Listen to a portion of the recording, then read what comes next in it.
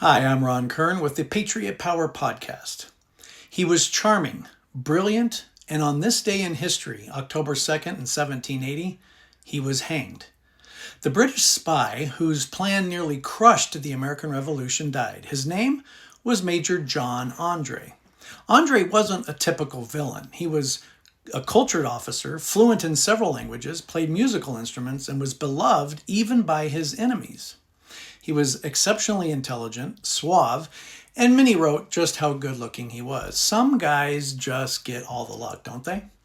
But he did become the mastermind behind Benedict Arnold's treason, plotting with him to hand over West Point. Dressed in civilian clothes and carrying secret papers in his boot, André was captured not by soldiers, but by 3 local militia who stopped him just by chance.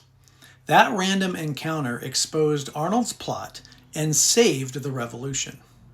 Even George Washington's officers admired André's dignity, and Alexander Hamilton called him, quote, more unfortunate than guilty. Marquis de Lafayette said of André, quote, all who saw him in those final hours could not help but feel compassion. George Washington himself said, quote, he was more unfortunate than a criminal, an accomplished man, and a gallant officer. It's almost unheard of for leaders to speak favorably about an enemy, let alone a captured spy. Yet, André's charm, grace, and refusal to beg for mercy left a very deep impression. It was recorded that many officers openly wept. But the rules of war were clear. If you get caught behind enemy lines in disguise, you are a spy and will be treated as such.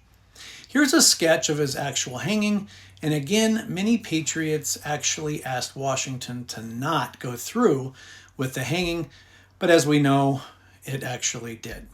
The actual location of the hanging is known and somewhat preserved, even though it's surrounded by houses in the middle of a neighborhood.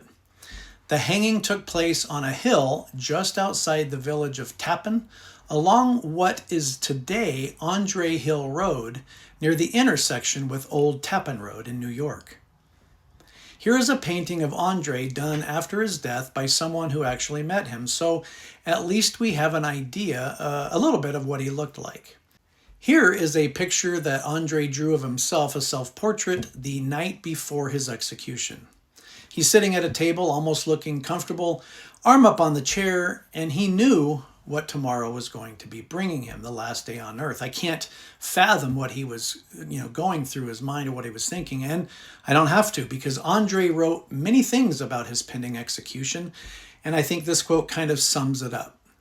I receive the sentence of my death with gratitude to God for the opportunity of preparing for it with composure and for the consolation of being supported by the consciousness of a life devoted to honor. And so, October 2nd, 1780, John André was hanged. A gentleman's life ended on a rope, and America's fight for freedom survived because of it. For full podcast episodes, all of my video series, and exclusive content, feel free to visit patriotpowerpodcast.com.